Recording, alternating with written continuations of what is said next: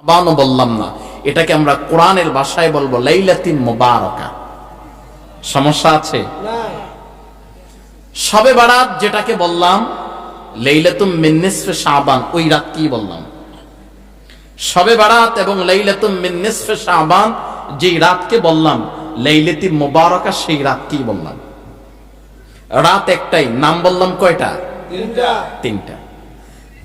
আপনাদের এলাকায় পানি আছে? পানি। আপনি এই পানিটা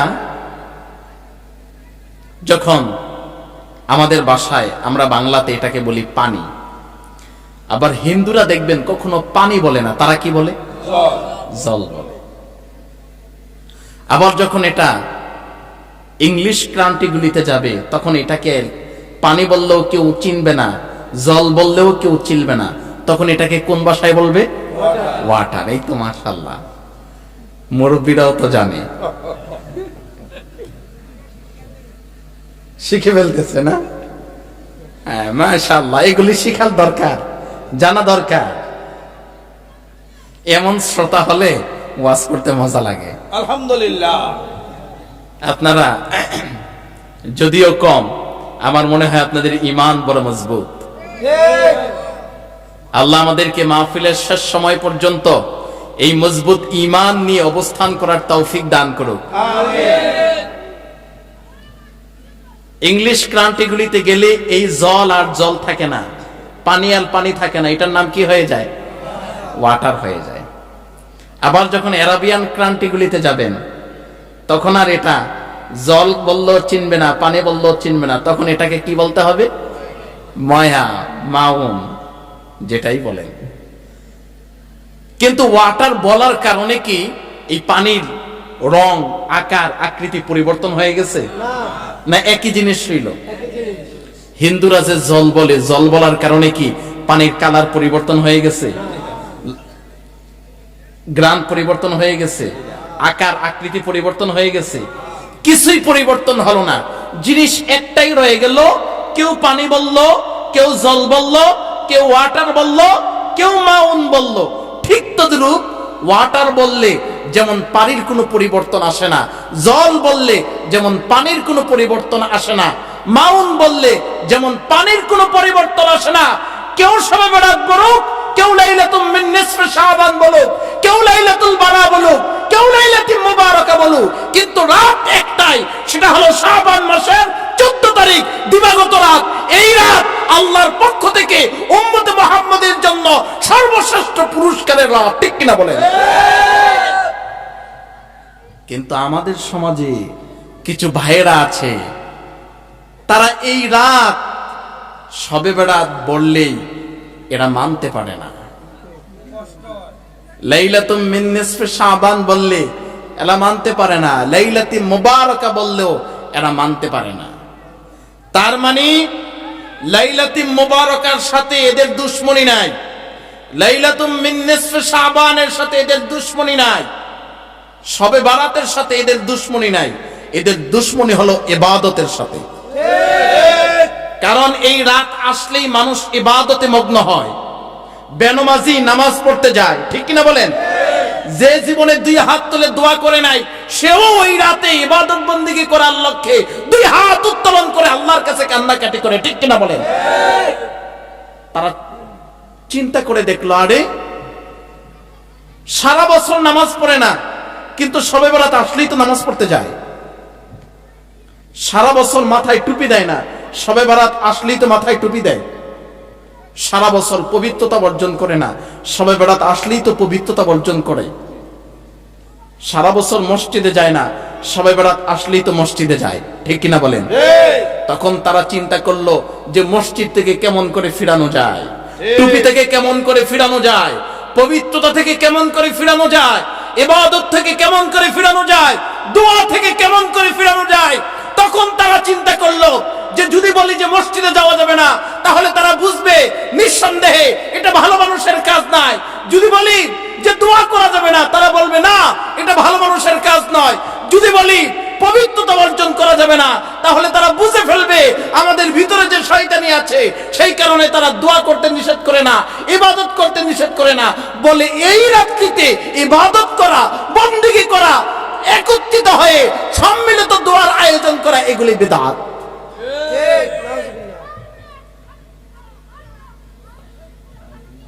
এই রাতে ইবাদত বন্দেগী করা বিদআত।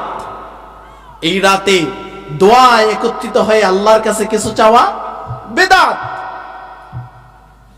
তা আমি বলি সবই যদি বেদাত হয় তাহলে দাঁত আছে কার?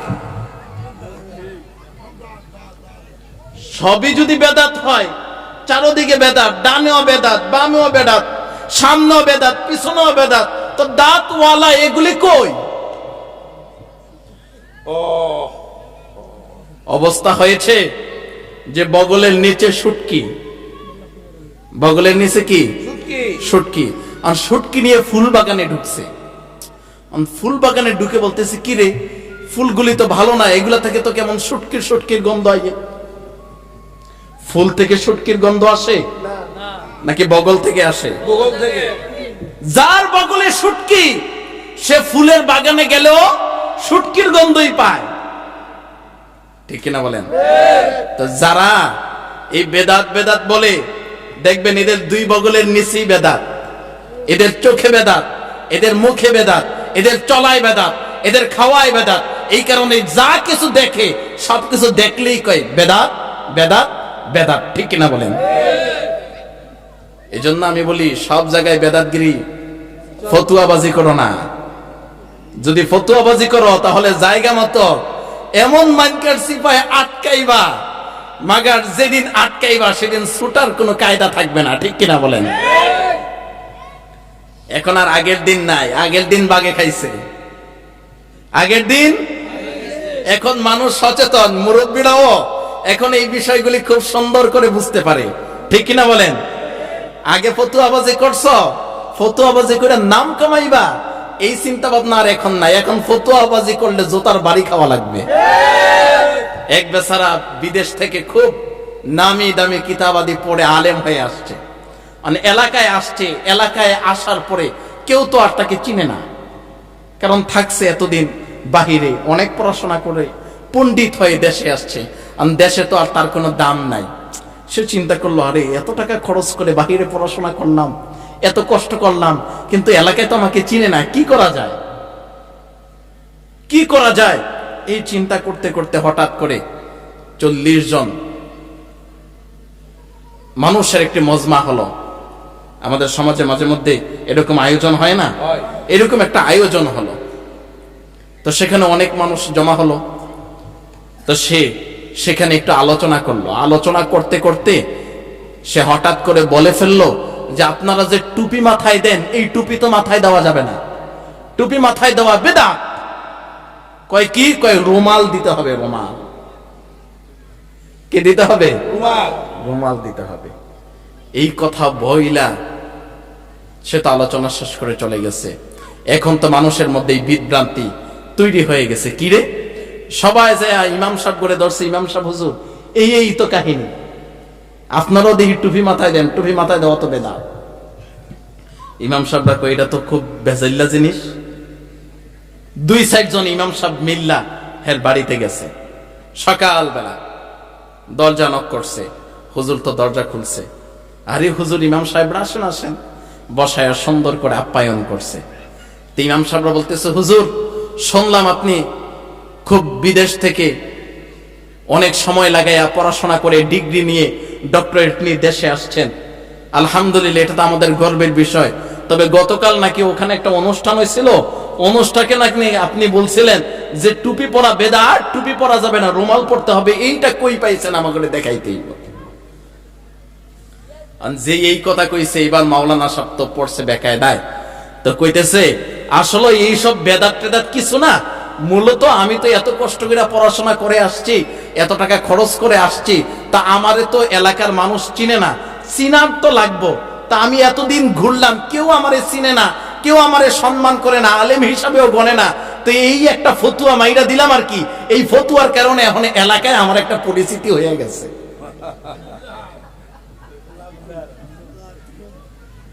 তা আমাদের সমাজে এই যে যারা বেদাত বেদাত করে, এই পরিস্থিতি পাওয়ার জন্য বেদাত বেদাত করে, মূলত কিচ্ছু না। জুতা দিয়ে বাইরেয়া দুই একদিন বাড়ি দিলে দেখবেন এর পরের দিন সোজা হয়ে গেছে। আমি নিজ চোখে দেখেছি যারা লাইলাতুল মিন নিসফে শাবানকে বেদাত বলে, তারা তাদের মসজিদে সেই রাত পর ইবাদত বন্দেগী করে, জিকির আজকার করে, তাসবিহ তাহলিল করে, মুসল্লিদেরকে নিয়ে দুই হাত উত্তোলন করে দোয়া করে। ঠিক কিনা বলেন? অসংখ্য আলেম আছে, আমি নিজ চোখে অনেক আলেমকে দেখেছি। কেন করে?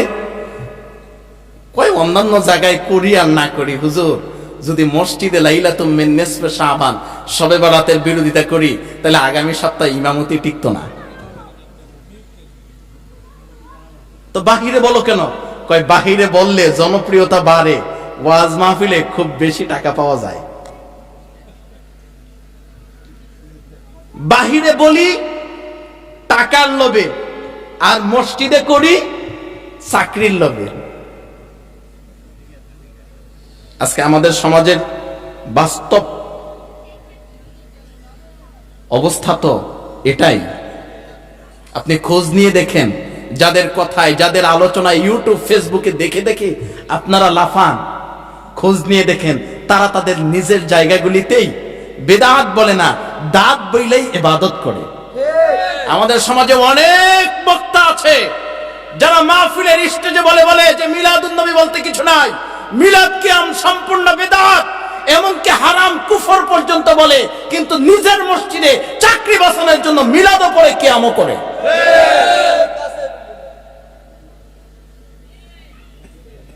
এমন মুনাফিক মার্কা আলেম ইমাম আমাদের সমাজে অনেক আছে। ঠিক কিনা বলেন? যার কথায় কাজে মিল নাই তাকে কি বলে? মুনাফিক। আপনারাই কয়ে লাইলেন। আর মুনাফিকের অবস্থা কি? ইন্নাল মুনাফিকিনা ফিদ দারকিল আসফালি মিনান নার। আল্লাহ পাক বলেন যে জাহান্নামের মধ্যে সবচেয়ে শাস্তি কঠিন শাস্তি হবে যেই জায়গাটাতে আগুনের তাপ বেশি, যেই জায়গাটাতে, আমি ওই জায়গাটাতে কাফেরকেও দেব না, মুনাফিকদেরকে দিয়ে দেব। এই জন্য আজকের মাসটি, আজকের রাত্রটি এক কারণে বরকতপূর্ণ, কারণ এটা শাবান মাসের একটি রাত। কোন মাসের একটি রাত? শাবান। আম্মা জানা আয়েশা সিদ্দিকা রাদিয়াল্লাহু তাআলা আনহা তিনি বলেন, আল্লাহর হাবিব শাবান মাস আসলে এত বেশি পরিমাণ তিনি রোজা রাখতেন, আমি মনে করতাম মনে হয় তিনি আর রোজা ছাড়বেন না, রমজান আসার আগেই তিনি রোজা শুরু করে দিয়েছেন। তার মানে শাবান মাসে তিনি সবচেয়ে বেশি রোজা রাখতেন। ঠিক কিনা বলেন? শাবান মাসে তিনি সবচেয়ে বেশি রোজা রাখতেন। এই জন্য আল্লাহর হাবিব সাল্লাল্লাহু আলাইহি ওয়াসাল্লাম বলেন, ও আলী, যখন লাইলাতুল মিন নিসফে শাবান আসবে, ফাকুমু লাইলাহা ওয়া সুমু নাহারাহা, সারা রাত দাঁড়ায় দাঁড়ায় নামাজ পড়বা আর দিনের বেলা আল্লাহকে খুশি করার জন্য রোজা রাখবা। লাইলাতুল মিন নিসফে শাবান শবে বরাতের রাতে ইবাদত করার কথা বলেছেন রাসূলুল্লাহ, আর দিনের বেলা রোজা রাখার কথা বলেছেন রাসূলুল্লাহ সাল্লাল্লাহু আলাইহি ওয়াসাল্লাম।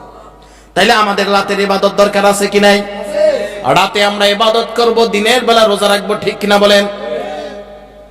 রাতের মধ্যে আমরা ইবাদত বন্দেগী করব। লাইলাতুল মিন নিসফে শাবানে কেমন করে আমরা ইবাদত বন্দেগী করব? কিছু সময় আমরা নামাজ আদায় করব, কিছু সময় কোরআন তেলাওয়াত করব, কিছু সময় দুরূদ শরীফের ওজিফা পালন করব, কিছু সময় জিকির আজকার করব, তাসবিহ তাহলিল করব, কিছু সময় দুই হাত উত্তোলন করে নিজের জীবনের গুনাহের কথাগুলি স্মরণ করে আল্লাহর দরবারে দুই ফোঁটা চোখের পানি ছেড়ে ছেড়ে কান্নাকাটি করব। আল্লাহর হাবিব সাল্লাল্লাহু আলাইহি ওয়াসাল্লাম বলেন, ওরে উম্মত, কোন উম্মত যদি আখিরাতের কথা চিন্তা করে, জাহান্নামের কথা চিন্তা করে, কবরের ভয়ে, আল্লাহর ভয়ে যদি গুনাহের কথা স্মরণ করে কান্নাকাটির মাধ্যমে চোখ থেকে এক ফোঁটা চোখের পানি যদি চোখ থেকে বের করতে পারে, চোখের পানির ফোঁটাটা চোখ থেকে বের হয় নাকের ডগায় আসার আগে আল্লাহ তার জীবনের গুনাহগুলি মাফ করে দিবেন। দুনিয়ার জগতের এক ফোঁটা চোখের পানির মূল্য কত বেশি? আপনার চোখ থেকে বের হতে দেরি, গুনাহগুলি মাফ হতে দেরি নাই। কিন্তু কবরের জগতে যদি কান্না করতে করতে যদি আপনার চোখের পানিতে এমন পরিস্থিতি হয়ে যায়, কবরের মধ্যে যদি আপনি নৌকাও চালানোর মতো ব্যবস্থা হয়ে যায়, চোখের পানিতে নদী বানাইয়া ফেলতে পারবেন, কিন্তু আমলনামা থেকে একটা গুনাহ ক্ষমা হবে না।